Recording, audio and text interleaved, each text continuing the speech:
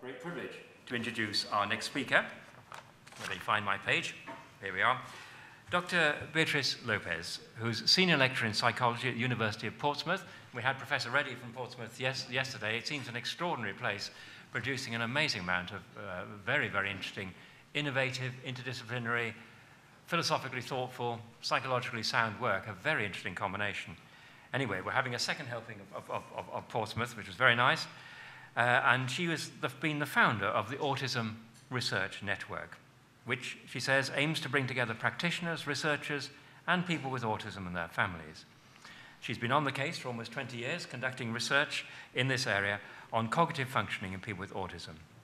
But, and very much relevant to us today, she has taken interest in second-person perspectives to the study of autism. And in particular, her research focuses on the interplay between social engagement and cognitive development. Beatriz, the floor is yours. Thank you very much.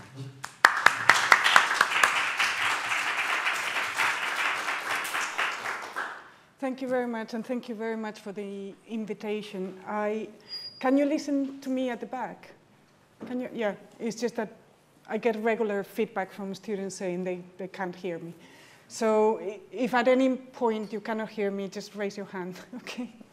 Right. I just wanted to say thank you for inviting me, because I'm a kind of recent convert into the second-person perspective. I used to be a very hardcore cognitive psychologist.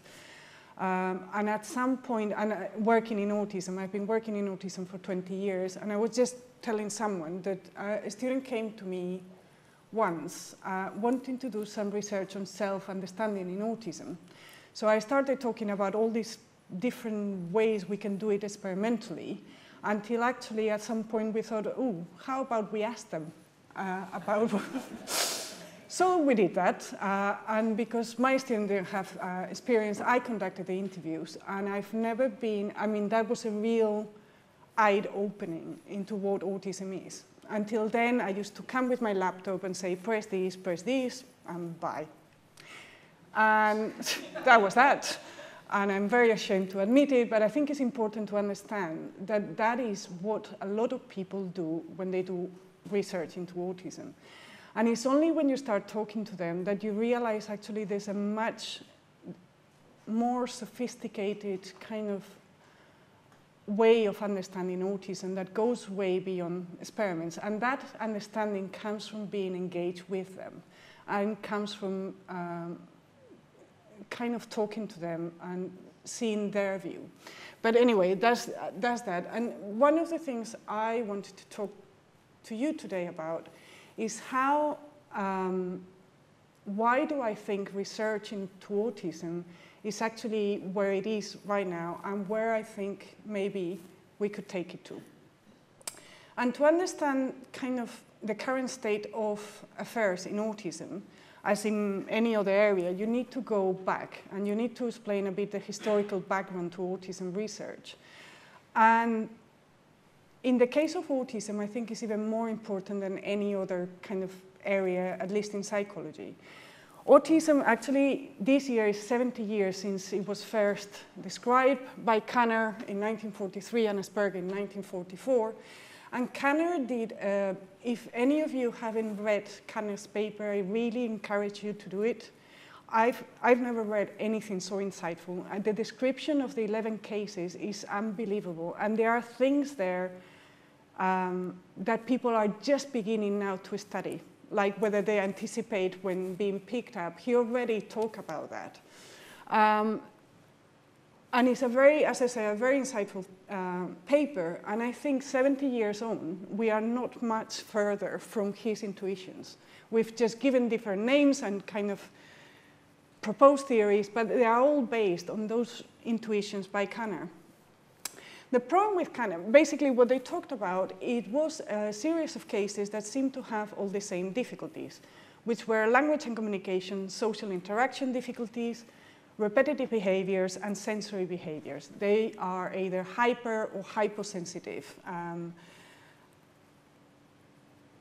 And Kanner, he was very, very insightful. And basically, the last line of his paper is, and we are faced with an inborn autistic disturbances of affective contact. So basically, he talks about affective contact, which Peter Hobson is talking about now, and he's talking about autism being genetic. The problem of Kanner is he contradicted himself a bit. And at the same time he's talking about innate disturbances, in the same page, a few lines above, he talks about one of the facts that stands out prominently. In the whole group, there are very few really warm-hearted fathers and mothers. For the most part, the parents, grandparents, and collaterals are persons strongly preoccupied with abstractions of a scientific, literary, or artistic nature, and limited in genuine interest in people. Even some of the happiest marriages are rather cold and formal affairs. In the kind of environment, sociocultural environment, when this was written, the second quote took precedence over the first quote about being innate.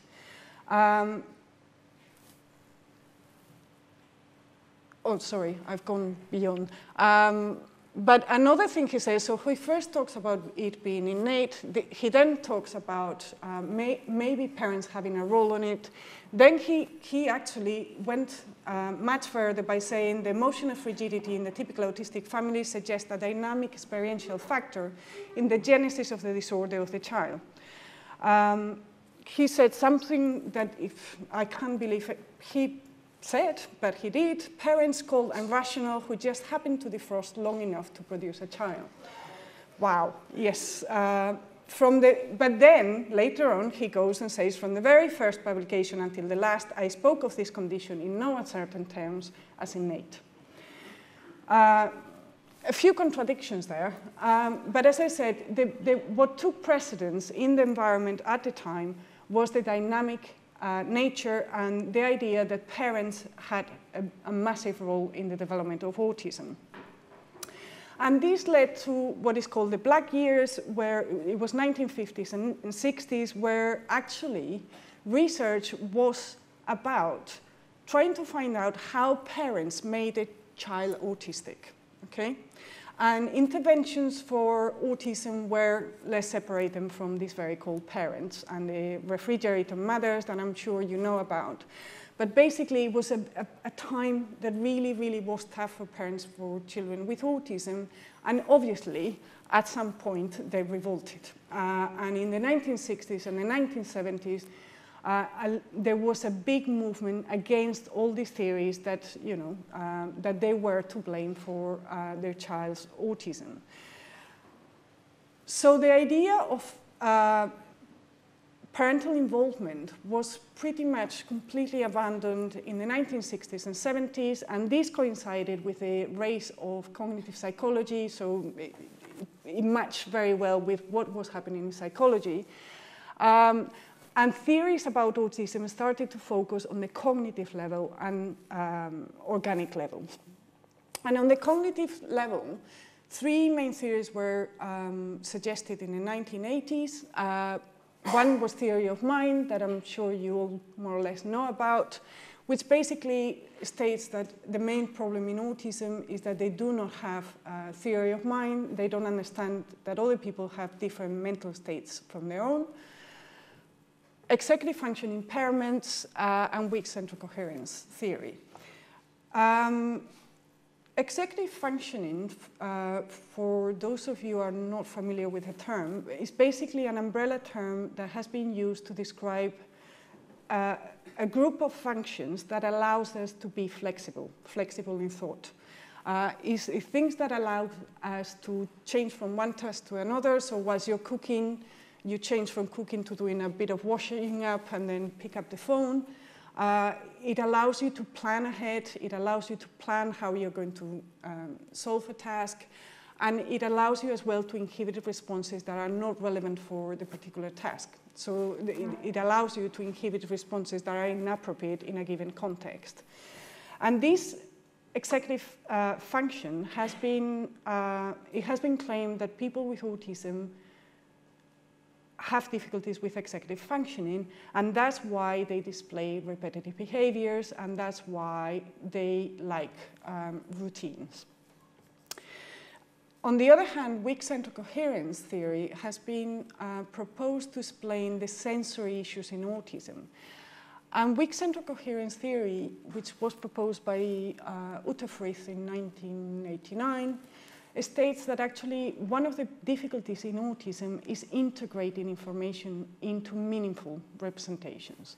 So they have difficulties integrating information in its context. So in tasks like that, Molly was very happy, but on Lily's cheek there was a big tear, as opposed to the girls climbed over the hedge. Mary's dress was spotless, but in Lucy's dress there was a big tear. Homographs like this, these words that are actually, I'm pretty sure English is the only language that is so complicated, that has words that are spelled exactly the same, but actually pronounced differently, which for a Spanish person is very disconcerting. But words like this, the only way you have to actually decide whether it's tear or tear is by looking at the context. When you give these tags to people with autism, they tend to give the most frequent pronunciation of the homograph, tear, regardless of the context.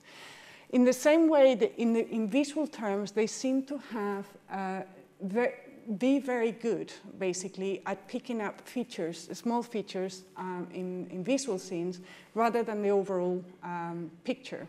So for instance, in this task, which is called the embedded figures task, where you have to find the triangle in that plan, people with autism are reliably faster and more accurate than non-autistic people at finding that shape. And it is argued that is because they don't integrate visual or verbal information in the context or the whole picture. They don't have holistic perception, basically. Have you found the shape, by the way? Where is it? It's there, on the hood. It's covered by other lines. But yeah, people with autism, literally, they see them like that very, very quickly. And as I said, cognitive theories about autism, the three main ones are these. There's a new one called extreme male brain theory, which I haven't mentioned, but is a combination of some of those. But basically, there are three main theories about autism. One to deal with the social impairments in autism. The other two are considered to explain the non-social impairments in autism. And not only people have proposed theories at the cognitive level, but people have looked a lot at the organic level to try to find out what are the organic differences in autism. And autism is now linked to, in the genetic level, basically there is a lot of evidence that some genes are linked to autism, and there's a whole range, and I won't go through them, because pretty much every couple of months there's a new one. But basically it's gene associated with neural connectivity and neural development, all of the ones that have been so far linked to autism. In terms of brain functioning and structure, three areas of the brain have been linked to autism, which is the prefrontal cortex, the amygdala, and the midbrain, and the cerebellum as well. And in terms of functioning, there seems to be a lot of differences in autism as well. They seem to have different types of connections between areas. They seem not to prune as many neurons as non-autistic people. The dopaminergic system seems to be hyperactive, and there are also EEG abnormalities. And actually, there's a lot of incidence of epilepsy in autism. So there is a lot of information, basically since the end of the 1970s until now. People have collected a lot of information in terms of what are the genetic components of autism, what are the differences in both functioning and structure of the brain, and what are the difficulties at the cognitive level. And as I said, three main issues have been highlighted, which is executive functioning, central coherence, weak central coherence, and theory of mind. Now, I want to go back to what is autism. because I think one of the main problems in current autism research is people have forgotten to look at what is actually autism. And autism is characterized by being a developmental disorder which is characterized primarily by social impairments. Okay? So to me, autism, there are two things that define autism. One, that is developmental, so it unfolds over time. And two, is a social impairment. Okay? Now, current explanations of autism, on the one hand, they don't look at the development of autism, and on the other hand, they don't look at how social impairments affect that development. Current Kanner already talked about the dynamic genesis of autism.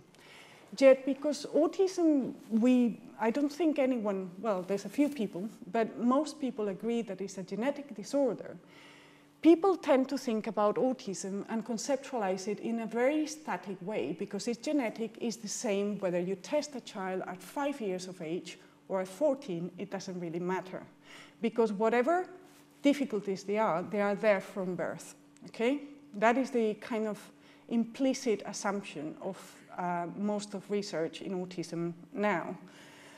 But when you look at actually all these studies that are looking at brain functioning, they're testing adolescents with autism or adults with autism. They don't test very young children with autism. So when you see differences in the way the brain functions when they are 14, what we don't know is actually, are those brain differences there from early on, or are they a consequence of the autism development? So people assume that when you find a problem when they are 13, that problem has been there from birth. Okay? That, to me, is one of the limitations of current research. The other thing is cognitive explanations do not assign any special role to social factors. Okay? Cognitive research looks at the child on their own, so they do test with the child. They don't actually look at how children with autism interact with other people, and they kind of assume that there are social and non-social impairments in autism. So there are theories that will explain the social difficulties, theories that explain the non-social difficulties. What I want to discuss here is the extent to which actually the non-social impairments are actually a consequence of the social impairments. And that's what my talk is mainly going to try to convince you, is that maybe we should start conceptualizing autism as a social impairment. Forget about this distinction between social and non-social. And I'm going to give you a few examples why I think that is the case. But before I do that, I want to concentrate on the developmental issue. This is the methodology that about 95% of research in autism uses.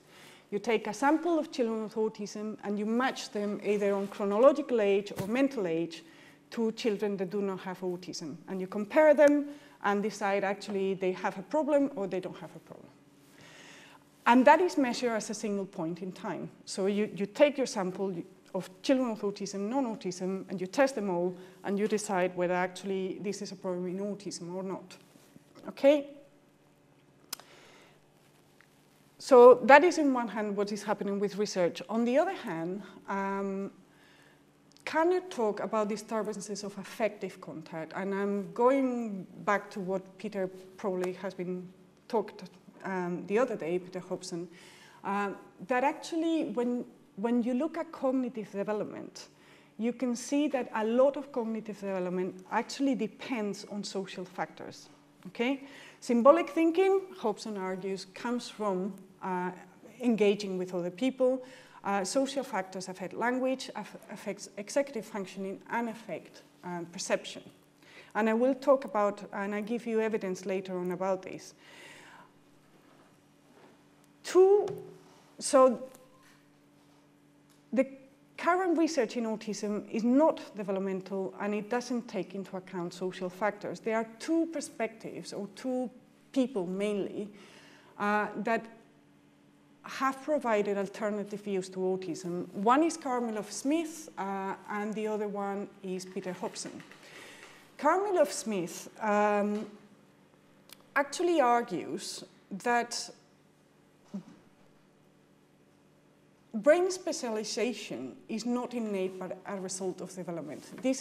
Karmilov-Smith proposed a theory called neuro-constructivism that actually argues that when you look at the brain of a 13-year-old and you see that the fusiform gyrus actually has a specialized in face perception, what she argues is that this is not the case from birth, but actually we go through development and our brain actually becomes increasingly specialized. And what she's been arguing and banging on for years, and not many people are listening, is that in order to understand atypical development, we need to understand development itself. Okay? That if you want to understand autism, you need to understand how it develops. And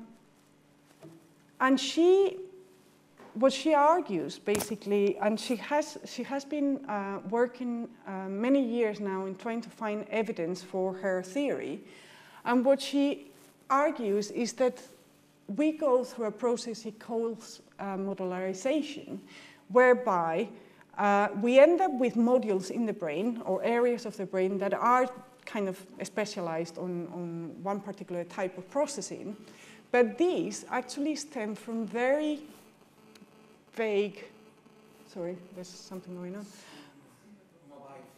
Oh, okay. Perhaps mine. Probably one of your creditors, Catherine. No, it's not mine. Yeah, I don't know. Well,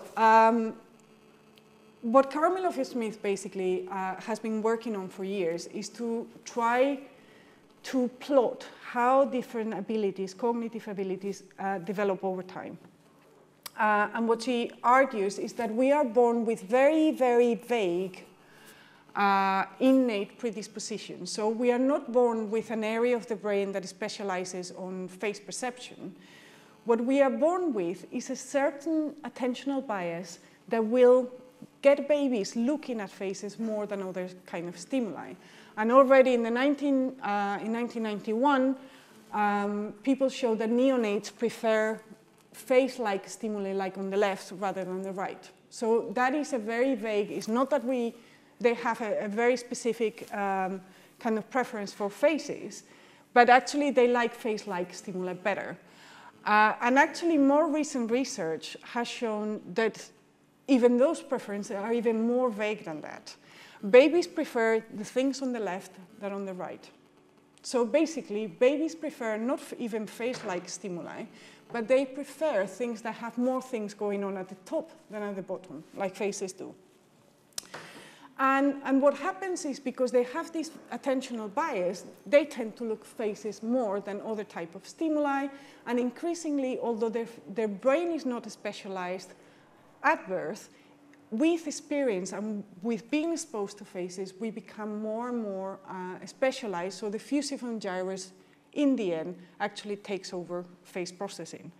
Now, with this idea that basically brain develops over time, she has proposed that in order to understand atypical development, whether it's autism or ADHD or dyslexia, what you need to understand is how it develops over time.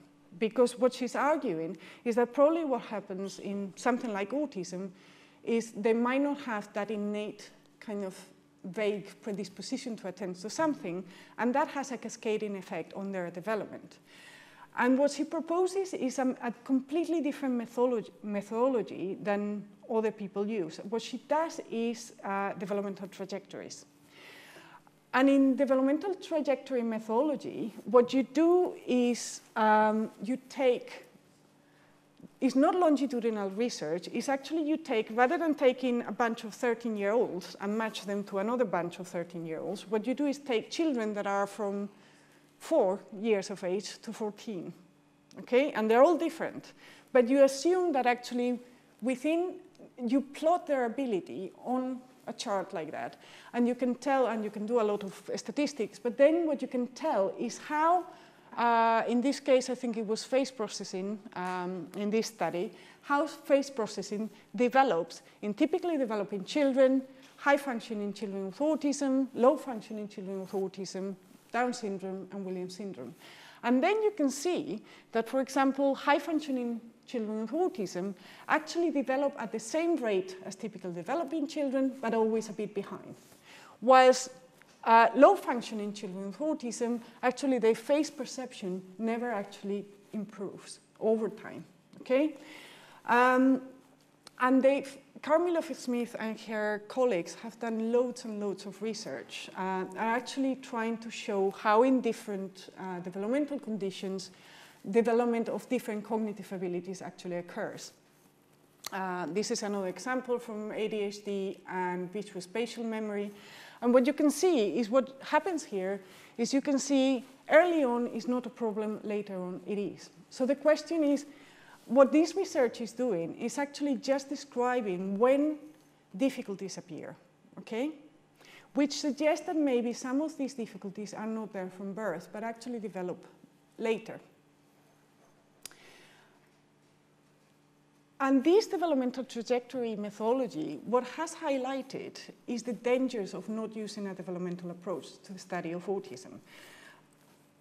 If you study children, like in this case, if you study children with autism in 60 months, this is actually taken from a study looking at biological motion, perception of biological motion. 60 months, children with autism do not have any problem. At 10 years of age, they do, okay? What this is showing is that if any researcher had decided for whatever reason to study 5-year-olds as opposed to 10-year-olds, at 5-year-olds, they would have concluded that perception of biological motion is not a problem in autism. If you choose instead a sample of 10-year-olds, then you would have concluded the opposite. And I think this is what is explaining a lot of the contradictory research in autism, is basically people are choosing samples at a single point in time without much reasoning to it, other than people choose a 10-year-old instead of a 5 because that's what they have access to. So it's very for practical reasons in many cases. And also because sometimes your tasks require a verbal ability that only a 10-year-old will have. But what I'm trying to say is that when you do research at a single point in time in development, you might end up with the wrong conclusions, or only a partial picture. Yes, they do have a problem at 10, but not at 5. So it's very, very important that we start taking a developmental perspective to autism. Now, what do we know in terms of development of autism, in terms of theory of mind, executive functioning, and weak-centered coherence? Despite all this evidence that it's really important to take a developmental approach, in theory of mind, there's been a lot. There's been a lot of research actually looking, and now it's been tracked down even to mirror neurons very early on. But in executive functioning and weak-centered coherence, there's one study on weak-centered coherence looking at development and 3 on executive functioning, which seems crazy when all these people are classed as developmental psychologists, but no one really is taking a developmental approach. So that's, in terms of cognitive abilities, when you look at the behavioral symptoms, because autism at the end of the day is defined in terms of behavioral symptoms. Again, in terms of sensory behaviors, there's one developmental study. In terms of repetitive behaviors, there's a few more, but they are kind of contradictory.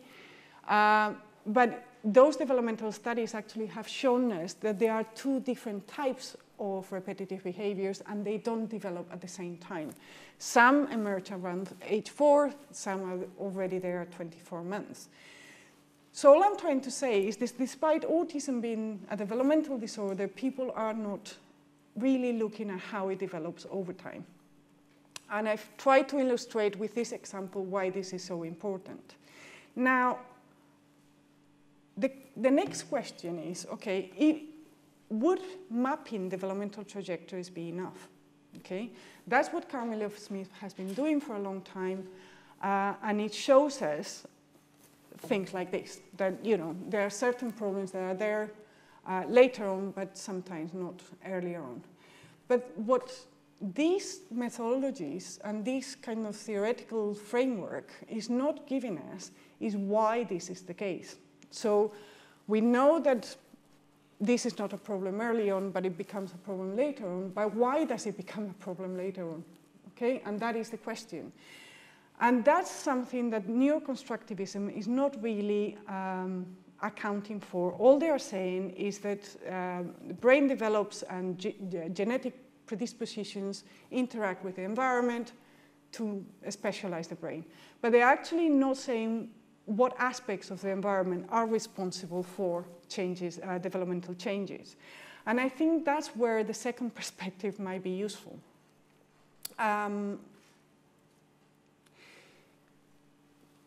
There's people like Hobson that argue that actually engagement and second-person perspectives to the study of autism are crucial. And here's a quote from him where he says, "I shall be arguing that the tools of thought are constructed on the basis of an infant's emotional engagement with other people.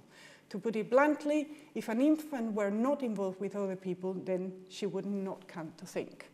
I think this quote is slightly, is a bit extreme, but it goes to it summarizes very well his perspective, and it summarizes very well what people from this perspective are trying to, and have been trying to argue for a long time, is that actually engagement and being engaged with others on a second person level is actually not just a contributing factor to development, but is actually the medium in which development takes place. And Vygotsky argued this very early on. Peter Hobson and Vasu Reddy, they are both also arguing that. Basically, they're saying social and affective engagement is central, but it's central in the sense that it's the medium, not just a contributing factor to development.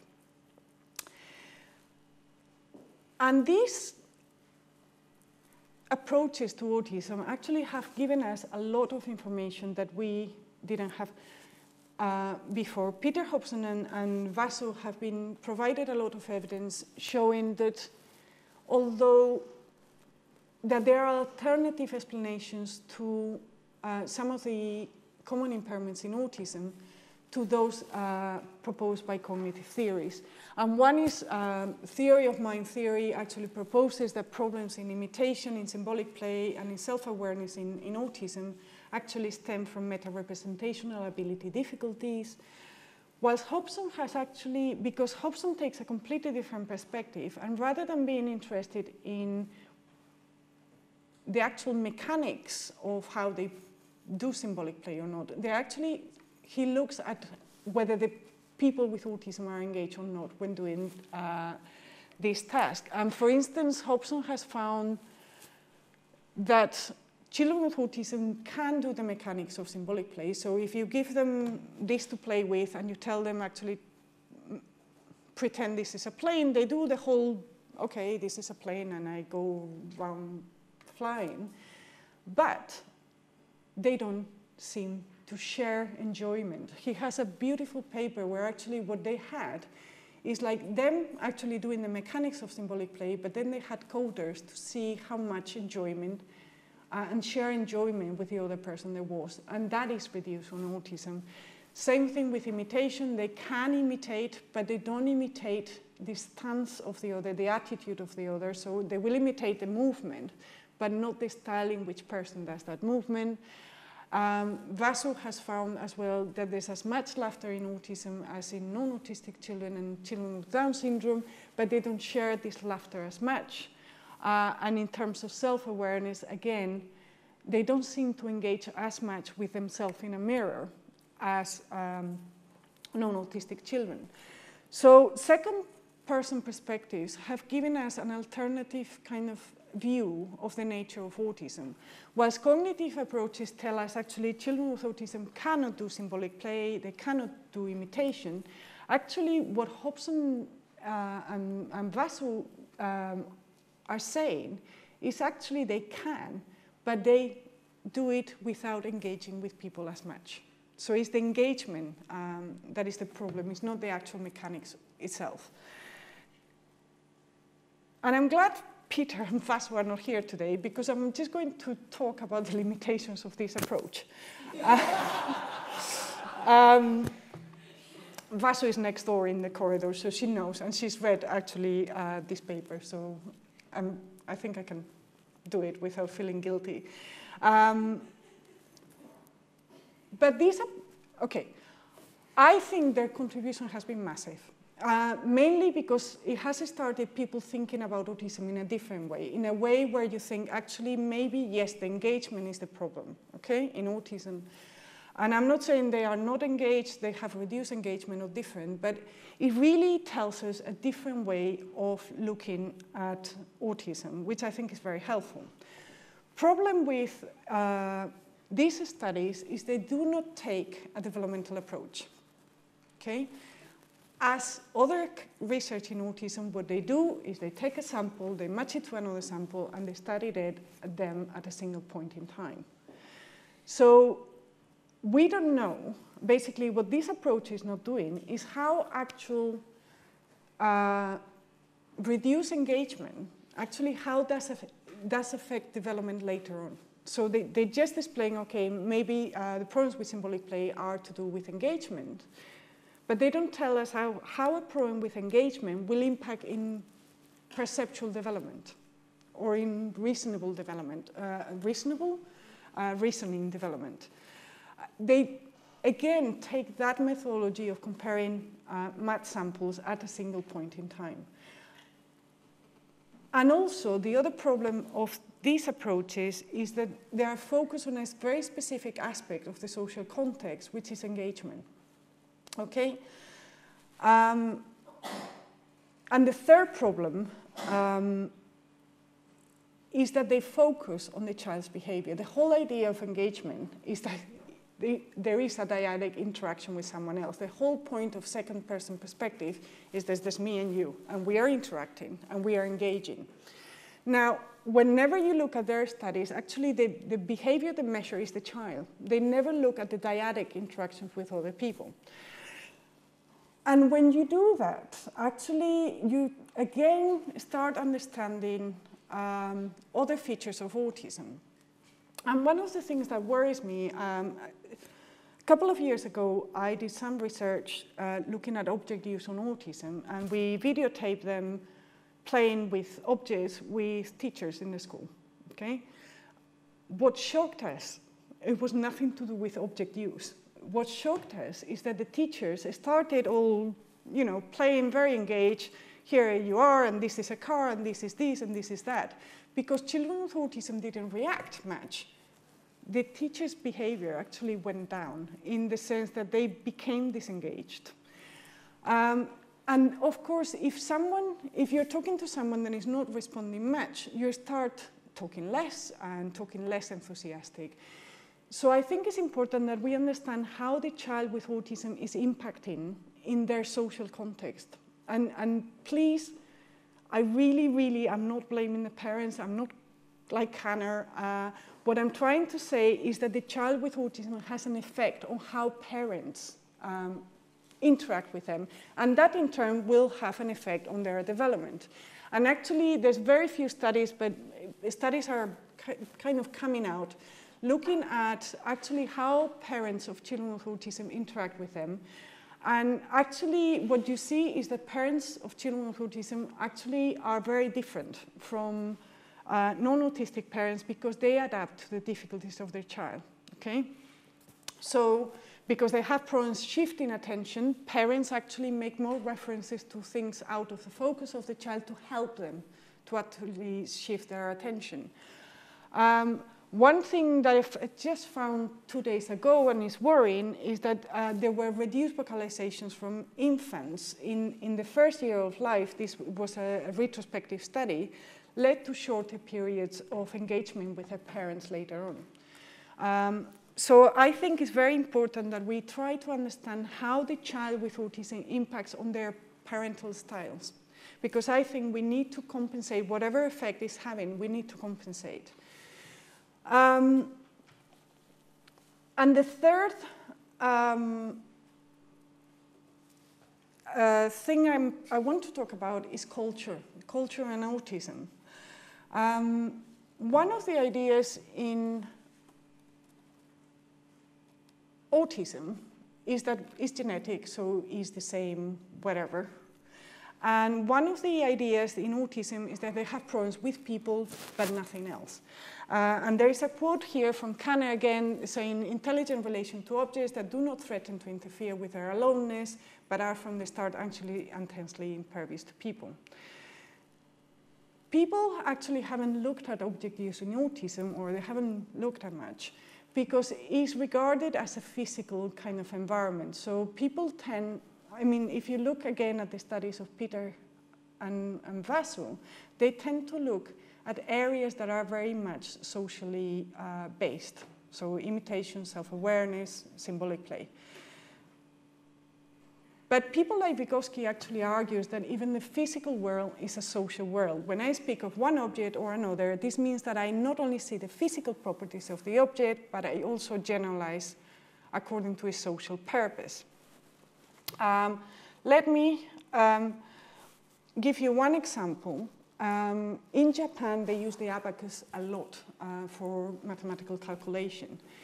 This leads to not only amazing speeds in mental calculation, but one of the things it shows is actually Japanese children that have learned to do maths with the abacus, they engage the visuospatial working memory rather than the verbal working memory. So they actually engage different areas of the brain. Your brain becomes specialized to whatever object is there. And that comes from the use of a cultural artifact. And I don't know whether I can link to this, whether it will work or not.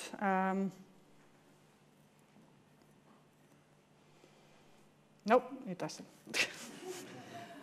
And I don't know how to go back. I don't know Max very well.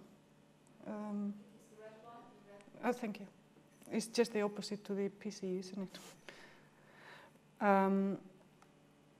Right, this is a video of I'm sure some of you might have seen it on YouTube.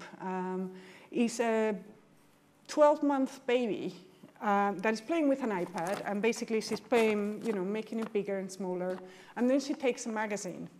Magazine doesn't work because she's trying to make things bigger and smaller, and of course you can see her doing that constantly and getting very frustrated. And it's quite funny. If you have a chance, have a look at it.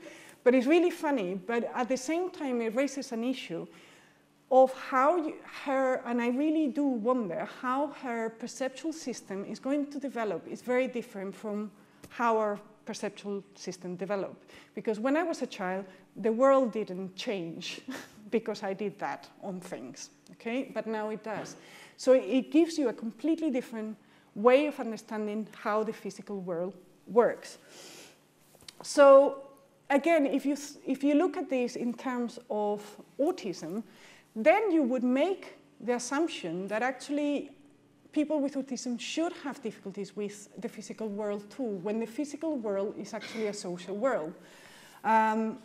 And I always give the example of a teapot. A teapot has a spout and a handle. You can pick up this teapot by the handle or by the spout. Okay? You pick it up by the handle because that's the cultural accepted thing, and then you pour it. But if you don't learn through your culture that actually this is the purpose of a teapot, you might as well pick it by the spout. The physical affordance is the same.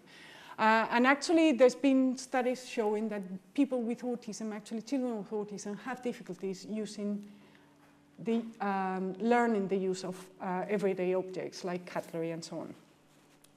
So this is another example why actually taking the social context seriously actually can help us to understand different autism in a very different way and reconceptualize how we kind of think of it. And the last thing I just wanted to say is, because I'm running out of time, or? 10 minutes. 10 minutes, okay. Is that people argue that things like executive function and perception are non-social impairments. But actually, there's a lot of evidence that things like the socioeconomic status, inconsistent parenting, use of narratives, type of schooling, all these things affect executive functioning development. And not only that, when you look at cultural differences, these are South Korean children, these are British children. British children are not good. When you compare them, basically, a 3-year-old South Korean child is better at executive functioning than a 5-year-old British child. So these things that are thought to be, cognitive development that has nothing to do with the social context, it obviously has a cultural influence. And this seems to be linked to the way of schooling, where South Korean children are actually quite used to having to sit 1 hour in class and receive formal instruction. So they learn very young to inhibit their responses, and parents actually encourage a lot of self-control. So actually, this kind of parental and educational style actually has a massive impact on what is believed to be a cognitive ability that shouldn't have anything to do with social context. Perception, most people argue that, the visual system is the visual system. It's organic and we all see the same thing. I was talking earlier about the embedded figures test and kind of holistic perception. Again, there are cultural differences in visual illusions. There are cultural differences in whether people see first, the bigger or the smaller picture in here, whether you see a circle or a square. There's differences when using eye tracking, and there's even differences in the brain areas engaged in visual perception. Whilst Chinese people tend to engage the dorsal stream when viewing a visual scene, Americans tend to engage the ventral system. And this seems to be because Chinese participants tend to look at the spatial relation between the objects in the scene, whilst Americans tend to focus on the objects themselves and not the relationship between them. So cultural differences, we have now, there is emerging evidence that cultural differences actually affect even things like brain development, brain areas you engage. So, and this again seems to be linked to educational practices. That begs the question, to me begs the question, 2 questions. To what extent are non-social impairments in autism actually social? And 2, if the social context influences your cognitive development, you would expect cultural differences in how autism expresses itself. And that seems to be the case. Actually, the fact that it's genetic, people say, okay, because it's genetic, autism is characterized by this, and that. But when you look across cultures, actually that doesn't seem to be the case.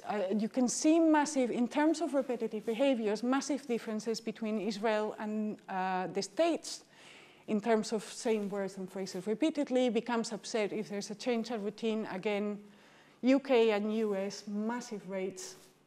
In South Korea and Israel, not that many, limited number of interests. So when you actually look at these, you start questioning, so what are the core features in autism? What are the features that, regardless of the culture, are always there, and what are they not? Having said that, this is based on parental report. So this is parents saying, yes, my child has this problem or hasn't got this problem. So it might be, this needs to be taken with caution, because it might be the parent's interpretation of whether this is a problem or not. So we need to do direct observations, but nonetheless, given the massive differences, I think is worth pursuing. Same thing with sensory behaviors. So basically what I'm trying to, I'm just a new convert, and I'm just trying to make sense of the research currently. And what it seems to be, to me, important is that we study how it develops, and not only that, but we study how problems with engagement actually affect cognitive development later on, which I think the neuroconstructivist perspective of Carmelo Smith is doing partially, and Hobson and others are doing partially. I think what we need to do now is actually merge the two perspectives together. And thank God, some people are starting to do it. Carmelo Smith is one of them. She has realized actually she needs to take the social context seriously, and she's starting doing some studies looking at the social context and how it affects cognitive development. And there's other people like Trevarthen and Porges, Muratori, Maestro. There's a whole set of people from the second perspective that are starting to look at this at engagement in autism from a developmental point of view, and actually looking at how early problems of engagement affects dyadic interactions with the parents, for instance, or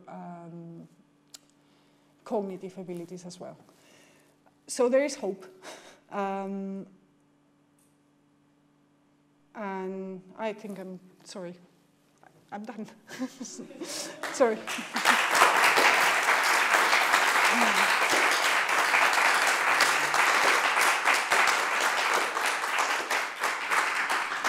Thank you. Sorry for the abrupt.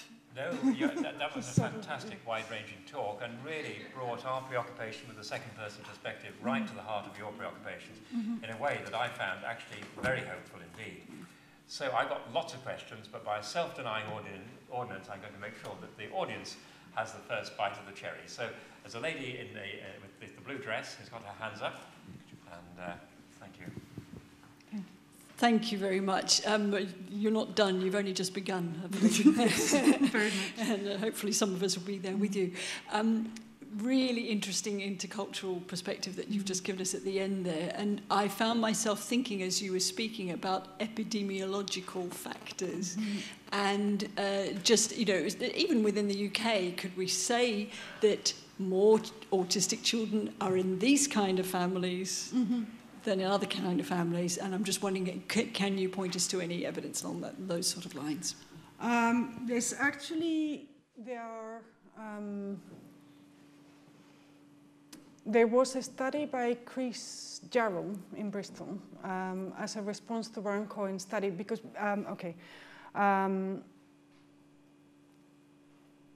it seems the case that there are more, how do you call it, trained, qualified parents of children with autism than other syndromes. So it's much more likely that you will find engineers and so on as parents of children with autism as opposed to Down syndrome. So some people argue, I mean, there's Baron Cohen's theory that relates to sex and being a male, whilst Jarrell, so one is a bit sexist, the other one is a bit snobbish. But it seems to be the case where you find more educated kind of parents of children with autism. That might be the case, and if we go back to the first few slides, that people look at males, fathers especially, being more called in the 1950s and 60s. There is the idea that actually autism is linked to the male line of the family. So some of the fathers of children with autism are much more, what Jarrell is trying to argue is that kind of on the autistic spectrum mild fathers are more likely to do engineering, for instance, than a father with a child with Down syndrome, if that makes any sense. The autistic profession, you can say. Yeah. Yeah, scientific, yeah. Sorry, I went to it in a roundabout way, but yeah, basically that there is an element of that. And actually what Baron Cohen is saying is that it tends to be, what he's arguing is that fathers that are a bit on the autistic spectrum tend to look for partners that are also a bit on the autistic spectrum too. And therefore two together makes a full-blown, that's one of the notions, yes. Thank you. Yes, gentleman there. Thank you. Thank you for your excellent presentation. Two issues. Is the issue of theory of mind no longer central to the description of autism, especially Asperger's syndrome? And second, I'm doing research with a team into religious ability of Asperger's subjects, and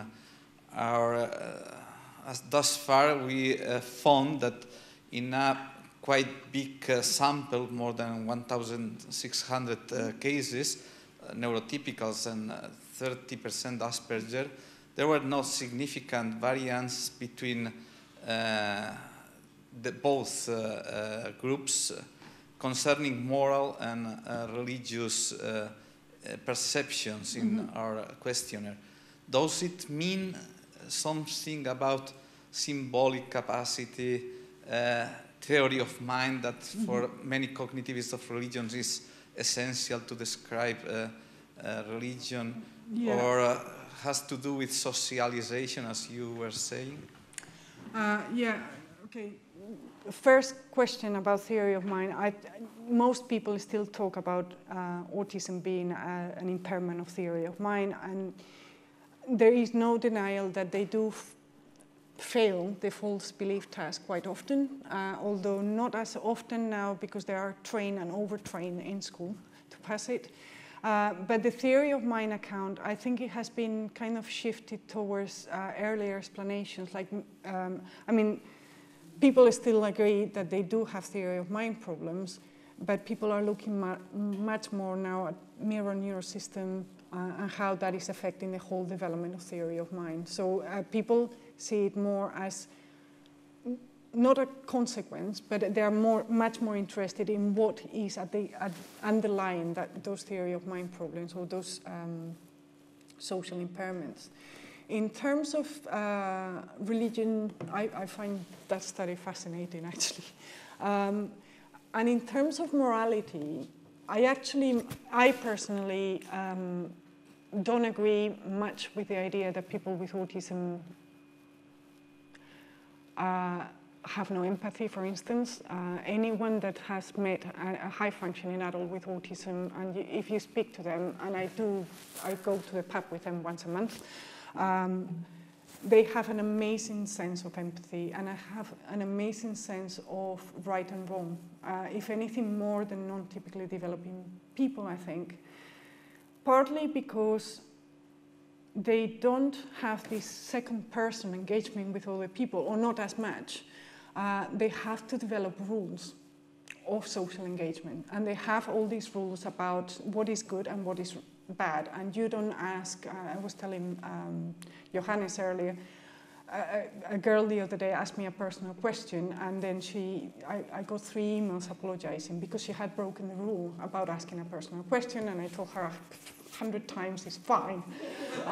But to her, it's like, there's this rule and I've broken it. So if anything, they have a very highly developed moral kind of system that the problem is, if anything, is very rigid. So this is wrong regardless of the circumstances, kind of thing. So it doesn't surprise me, actually, that their religiosity or spirituality is not. And you ask about the symbolic thinking. That is, again, is something I was talking to Johannes, is one question I keep asking Peter Hobson. He says, it's through engagement you develop symbolic thinking. But people with autism have symbolic thinking. So how do they get there if they don't have engagement? Or why do you need the idea of engagement to explain symbolic thinking development is one. But it's the rewards that come from sharing symbolic thinking that may explain the role of engagement in developing the use of symbolic thinking. Just coming back to the answer to your question, I mean, there were 2 dimensions of what you were saying. I mean, it makes intuitive sense to me that people with autism can often be very rigid in their application of ethical rules, hyper-ethical almost. But when it comes to a question of empathy, I mean, there does seem to be a fairly robust observation that empathy seems to be less well developed. I was thinking about Simon Baron-Cohen's latest book, which I reviewed, which essentially actually developed an empathy scale and, talked about empathy circuits in the brain, and very much identified people with autism as highly moral people, but who didn't have that empathy. So is that too much of a caricature? Because as a medic, I do feel actually you never say never and you never say always. But I just wondered, in general, is there a feeling that there is diminished empathy, or is that caricature? In general, there is the feeling that they have less empathy. I'm actually, in the process of transcribing hours of interviews with people with autism, asking things like, what is a friend for you? Is there anything you do to annoy others? And all these empathy questions. And the reason why I'm transcribing them, although I did it for something else, is because one of the things I was very struck with is the very sophisticated, empathic answers sometimes give. They really, really, you can see. I mean, like this girl, she was really, really sorry for having maybe upset me. Yeah. I think they are very empathic. They just don't know what to be empathic about. So they have the empathy, they just don't have the content. So they understand that, so they feel for you when you're upset, but they don't understand why you're upset. It might be that, I don't know, once I go through all the transcriptions, I'm hopefully going to write a paper about it. But I don't think it's as simple as there is empathy or there isn't empathy, or is even reduced. I think it's I think the concept of empathy is just too broad. Yes. And within empathy, there's a lot of other aspects that I think we need to separate. But it's a hunch, completely a hunch from doing these interviews that weren't done. They were done actually for diagnostic reasons. We need to be hunch-led, don't we always? And, yes, gentleman there. Yes, thank you, the brown shirt. And then I think was Eleanor might have been behind. Yes. So maybe this is a crazy question, but you said you're a recent convert to the second personal approach, and it came through interviewing them and speaking with them rather than giving them the laptop to click on. So here's the crazy part.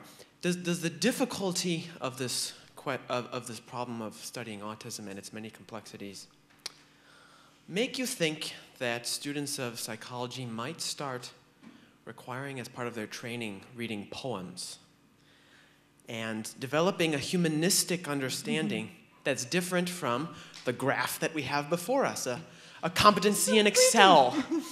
No, but I'm just a more balanced approach to education that's different from the silo effect that we have now, the divide between the humanities and the sciences and that sort of thing. So just your reflections on that. Yeah, I don't think it's a crazy question at all, really. One of the problems, I think, of there's this inferiority complex of psychology that, we want to be a science and we want to be objective and that has been what has caused all this mess in autism research in a way. The fact that people are trying to be so objective that they've decided actually, the fact that autism is primarily a social problem, is like, yeah, that's neither here nor there. Let's look at perception in the absence of the social context. Reading poetry from people with autism is unbelievably insightful, and it gives you actually a lot of, when you talk about empathy and them being, this image of them being so cold, the minute you read their writings, or their art. I organized an art exhibition a few months ago by people with autism that was so amazing. I just couldn't even begin. So yeah, and I do incorporate that in my teaching. And all these guys with autism, I go to the pub, they come and give lectures to psychology students too. And my students like them better than me. They always say, we've learned much more from that one lecture than all yours. Thank you. But yeah, no, I totally agree that this separation between humanities and science is a bit crazy. But Beatrice, I wouldn't be without that graph, because that's told us something terribly important, hasn't it? That yes. Graph is... So in a way, we need both. Yes. Yeah. Yes, press us down. Yes. And then the lady in the yellow. Yeah. Thank you for your talk, which I thought was really helpful, very useful. But I kept waiting for you to make good on what you said at the beginning, and you never got around to it. So I was wondering whether we couldn't get you to say some more. So you might say this is a request for the encore. What you said at the beginning is that it occurred to you that one way to do experiments was just to ask autistic children things. And you said when you did that, it was enormously revelatory. You never told us what it revealed. Oh. So I wonder if you could return to that and elaborate. It's funny because what it revealed to me, it literally changed the way I view autism completely. And actually, this was in Bristol. I decided I've had enough of this. And I went to Portsmouth specifically to work with Vaso Reddy and Alan Costello. So that's how much it changed me. When you read the paper we published, it's the most boring paper ever. In that all we say is they have no self-understanding. They weren't any different from the control sample in terms of self-understanding, but they had difficulties understanding self through others. So when I talked to them, it was questions like, how do you think you've become the way you are? And these were questions asked to a 12-year-old with autism that, frankly, I thought, there's no way they can answer that. If I could show you, and I don't have them here, if I could show you the very elaborate, sophisticated answers they gave, they were pretty stunning. I just couldn't believe them. What was very funny is when you ask them, what do you think your mother thinks about how you've changed in the last 5 years? No idea. They were then suddenly, I don't know. But basically what changed me is the fact that first, that I never thought they would have so much self-understanding. Everyone says people with autism, self-understanding is impaired in autism.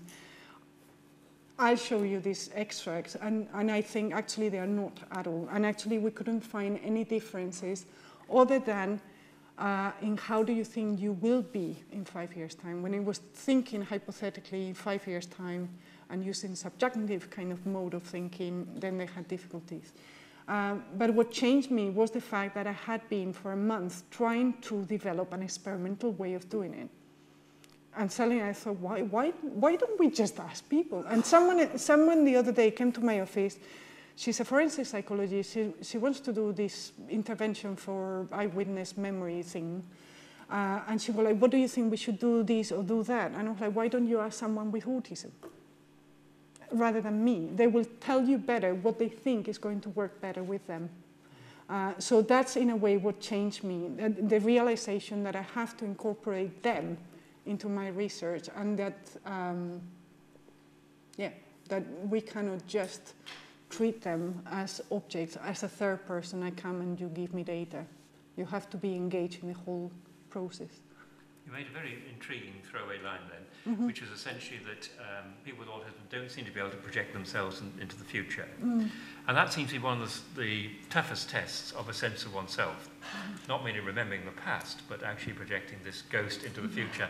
And that is really very interesting, isn't it? Because, and I just noted that, but we've all been listening to The Reason I Jump, I guess, which was the book of the week last week, which is about the explanation by a person with autism of all sorts of things that about his behaviour, including the reason he jumps. And I was very intrigued by this because I thought if people with autism had no insight, in inverted commas, they wouldn't be able to describe the insight they didn't have. You know, it's just pragmatic self-refutation almost. So I'm now persuaded by what you've said that that book probably is the real deal. Yeah.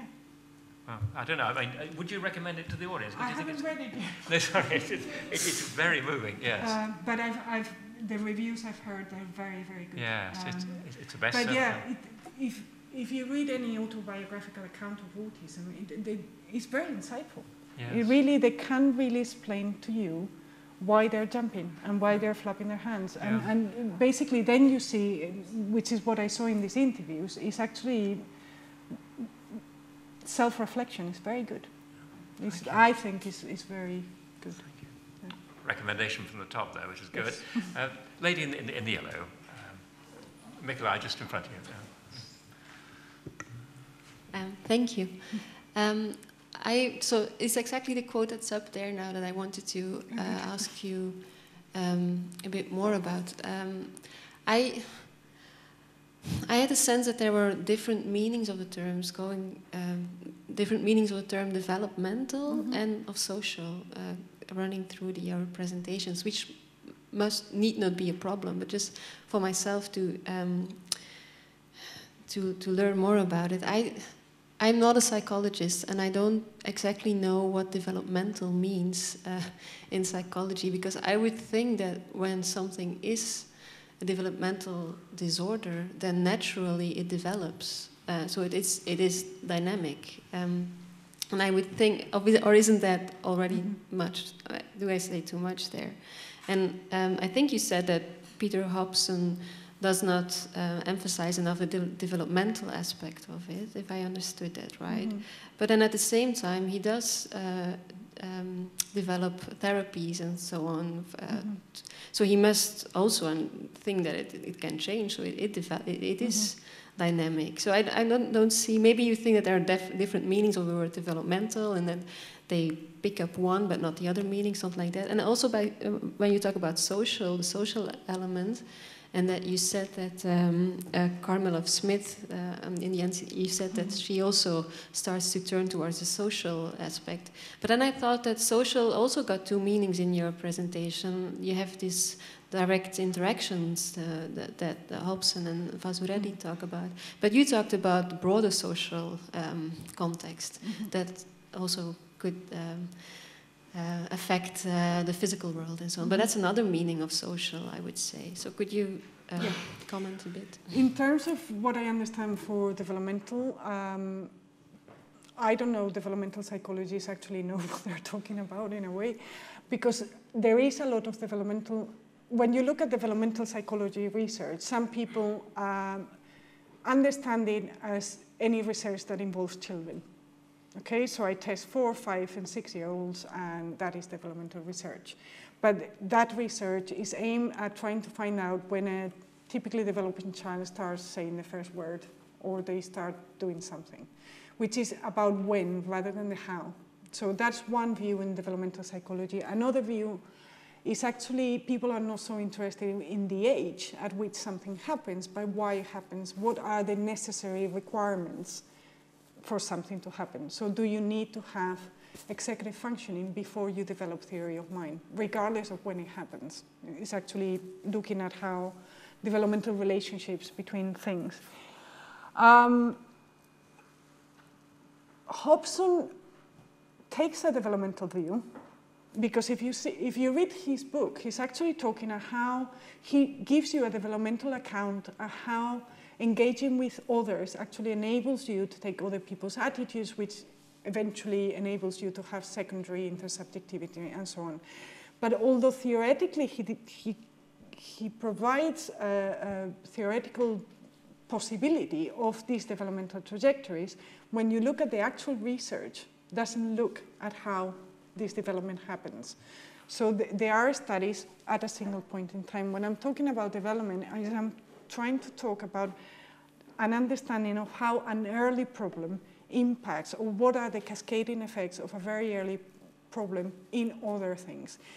In a sense, what I'm trying to say is some of the cores of the features of autism might not be core to autism, might not be genetic, might be side effects.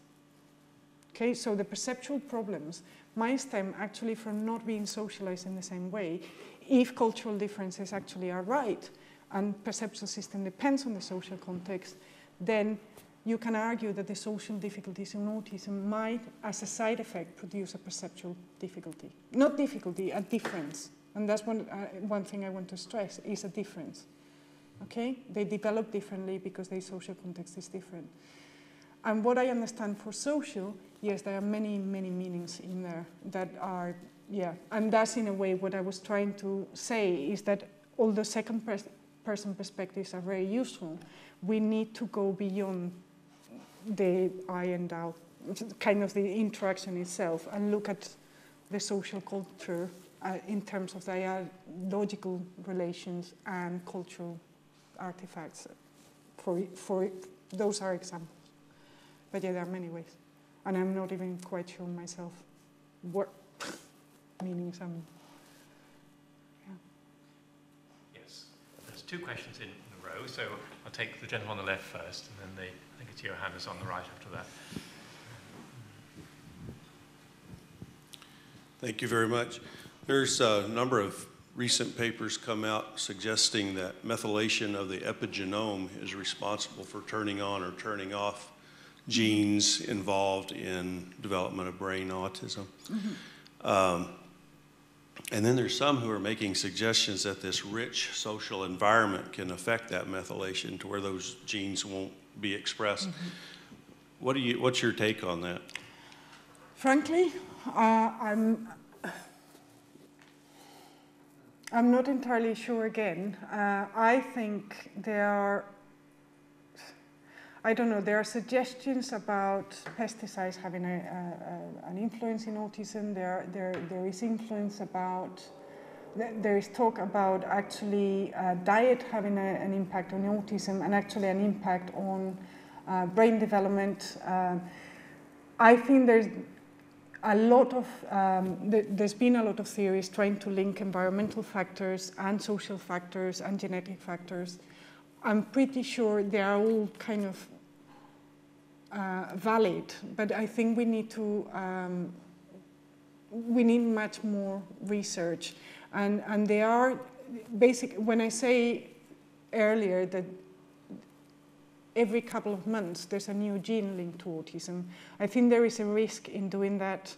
I think, one of the things I think, okay, is that we need to understand autism at the behavioral level before we even try to go to the gene and the interaction of genes and rich social environments and so on, mainly because we are not even sure. I mean, things like object use is not part of the diagnostic criteria. We don't even thought it was a difficulty, but when you look at it, yes, it is a difficulty in autism. I'm not even sure yet what autism is in terms of behavioral symptoms, how these symptoms develop across age. So I think it's too early to try to link all these to genes and to the very complex relationship between genes and the actual physical environment and the social environment. So it's not, I don't have anything against it, it's just I'm just cautious until we really have an idea of what autism is. Is it a category or is it a spectrum? Is it in a, just, you know, expanding the whole population or just a specific, is it really specific link to a gene? I think it's a bit early. And something Peter Hobson emphasised very yesterday, that it is a syndrome. And syndromes can have many causes, and it isn't a natural kind in the sense that so perhaps diabetes is or something like that. Yeah, and it's not, we don't have a biological test for autism, so. I think it's your hand. Okay. Thank you. I really enjoyed that, especially your emphasis on development. Following up on the previous question on theory of mind, I was wondering, I take it most high-functioning autistic individuals eventually manage to pass standard theory of mind tasks. And I was just wondering, I mean, basically in the light of what you said, is there anything general that can be said about when this happens and how they manage to get there? Is there some sort of general trajectory, or is it just an individual? Are there massive individual differences? There are individual differences. There's some research by Francesca Happe that suggests that in autism you need to have a minimum of a mental age of 10 to pass these tasks, which is much higher than a typically developing child that 4 years is enough. And that is their mental age, not mental age. They all get there. And already, even in the first study by Baron Cohen, 20% of the sample actually passed it. So it's not universal, the failing of this task. And as I said, actually, because they are trained so much now in schools, you find that, but you go from that to everyday life. If you do the same thing in an everyday life context, they might fail it. Even these high-functioning adults might fail it, although they pass the task.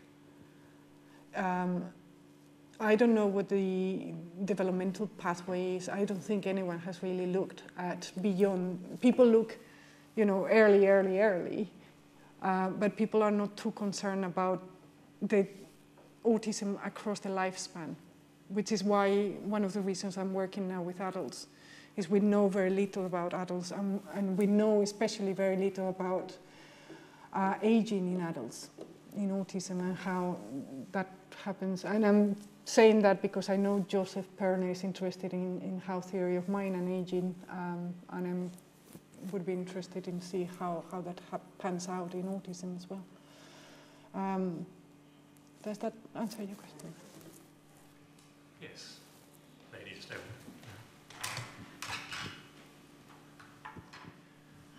Just a question, really. If somebody's neurological makeup is such that they develop in a style that, say, the majority of the population do not, I'm just wondering, is it right to call it a developmental disorder rather than just another developmental pathway? Yes, and actually that takes me back. I never answered you about developmental disorder. Why is it classified that by nature it develops? Yeah, I don't like the word disorder, particularly, to be honest. Especially given that, you know, a lot of people with autism have they have typical IQs.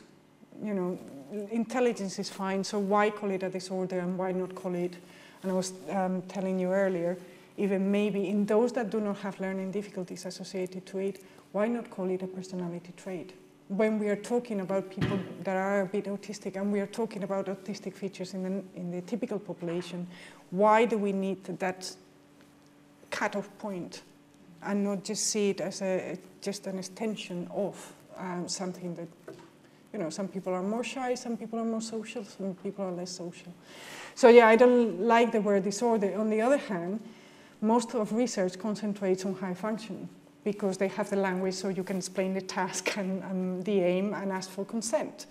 But in autism, you have very severely affected people. You have people with very, very severe difficulties, in which case it makes a bit more sense to talk about disorder. But I just think it's such a continuum that, yeah, I don't think you should.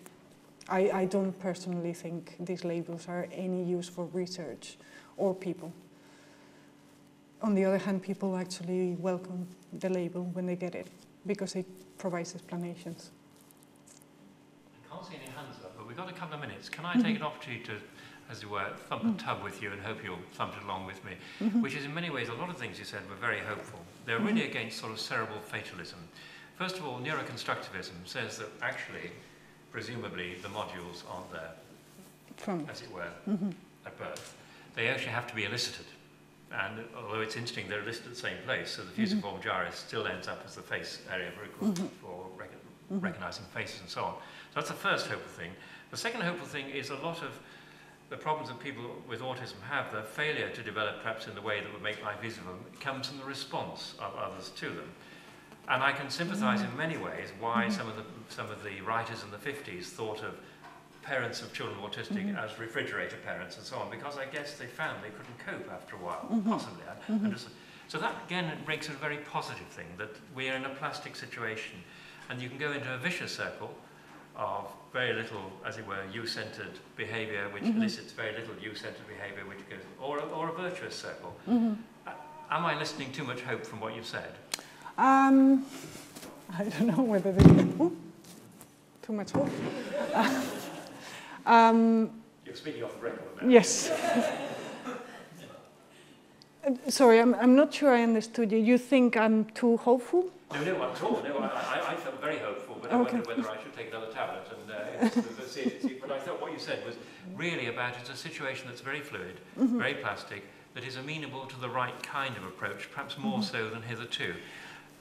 Yeah, and one of the things that are emerging, actually literally in the last 3 years, research is really emerging, looking at second-person perspectives, developmental, but the other thing that I'm starting to see is research on children that were diagnosed with autism and no longer meet the criteria, which I think is fascinating because they call them optimal outcome cases of children that at the age of 4 they were diagnosed and they met all the criteria of autism. At the age of 14, they're fine. They actually don't meet it anymore. And they're looking at those cases and trying to see what factors influence that outcome. So the idea now is, okay, you have a genetic predisposition to autism, but there might be things in the environment that help you with that. I personally know a case of a kid that I've been very close to where, and this is where I started looking for that kind of research, a child I was convinced he was autistic. When he was 3, 4, all the autistic behaviors, sensory issues, learned to read at age 2, but wouldn't speak a word until age 3. Fine. You wouldn't know now. I mean, he's the most social kid I've ever seen. So I think there is hope, and we need to start being so negative about the idea if you get an autism diagnosis is kind of a sentence for life. It's not. It doesn't necessarily. I don't want to be too optimistic, and it is. I mean, and there are cases where there's severe learning difficulties attached, but I think by looking at the environment, we can learn how to compensate for those genetic predispositions. And for us here, I think it's very interesting that the need for further conceptual clarification, for bringing some of the tools of philosophy to bear on your empirical inquiry is manifest, isn't it? Well, I think we've ended up with a spectacular keynote. I think we've also ended up on a note of hope. So it just remains to thank Beatrice for an absolutely wonderful lecture. And thank you for inviting me.